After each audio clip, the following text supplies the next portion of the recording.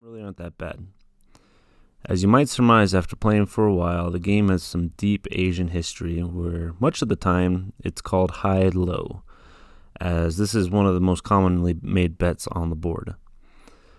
There's lots of strategies that can be applied to the board, so let's split the tens from the uglies. The nice thing about the game is its straightforwardness. All the payouts are listed right under the bets. A round of sicbo entails a roll of 3 dice. The combination and totals the dice show are what can be bet on. So it's pretty straightforward. Let's cover it from the top down. Now it's not a perfect rule, but usually the higher the payout in this game, the higher the advantage is for the casino. Take for instance the specific triple here.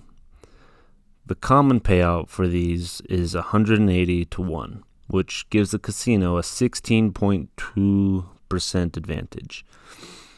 It's the highest paying bet on the table, but it is also one of the worst player disadvantages.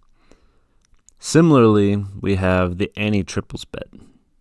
This will pay out 30 to 1, but a triple should only be expected to land once every 36 rolls or so, which again gives the casino a whopping 13.89% advantage. These are fun bets to play, but should probably be avoided. Now in the top corners, we have the high-low bets.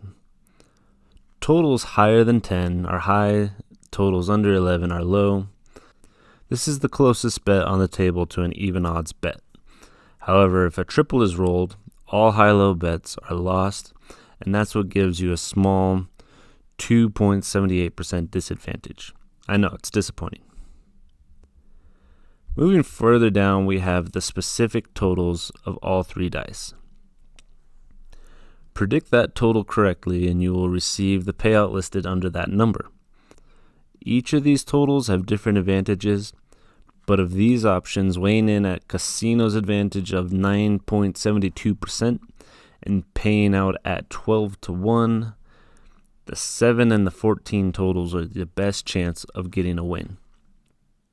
These bets here, the ones they call domino faces, are up there with some of the worst odds on the board, standing at 18.5% house advantage.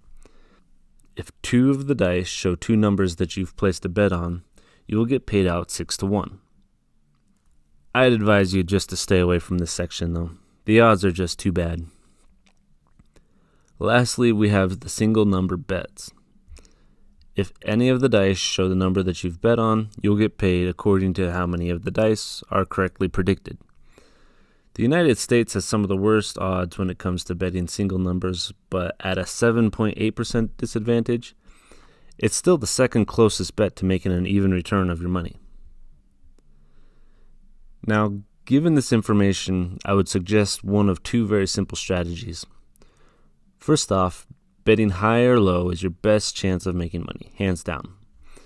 Now you can add protection against a triple by adding a bet on the any triples bet. But in a way, that is just combining 2 different strategies that don't always work well together.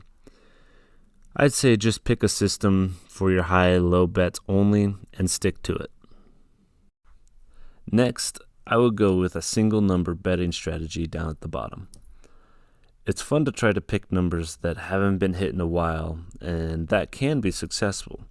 But you should remind yourself that previous rolls have no effect on the results of the next roll. It doesn't matter which number you pick, the chances of it landing correctly are the exact same as any other number. I've found that the more superstitious people get about picking numbers, the more likely they are to make a mistake and miss out on some winnings. For me, this is the funnest section of the board to play in. It doesn't matter that they're not the most advantageous bets. You can still make out with some winnings a large portion of the time.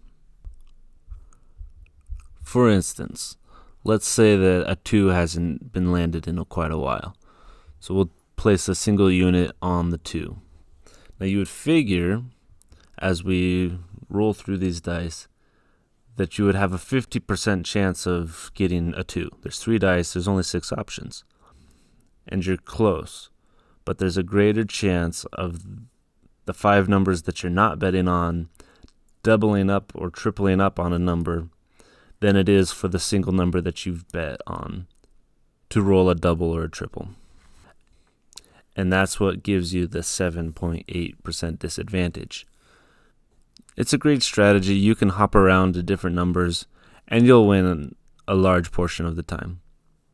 Just make sure that your bankroll management doesn't get out of control. So there you have it. The basics of a great game that is starting to show up more and more in locations in the States especially. Hope you found this helpful. If it was, please go check out our other videos on how to make the most of your money on your next visit to the casino. Good luck, everyone.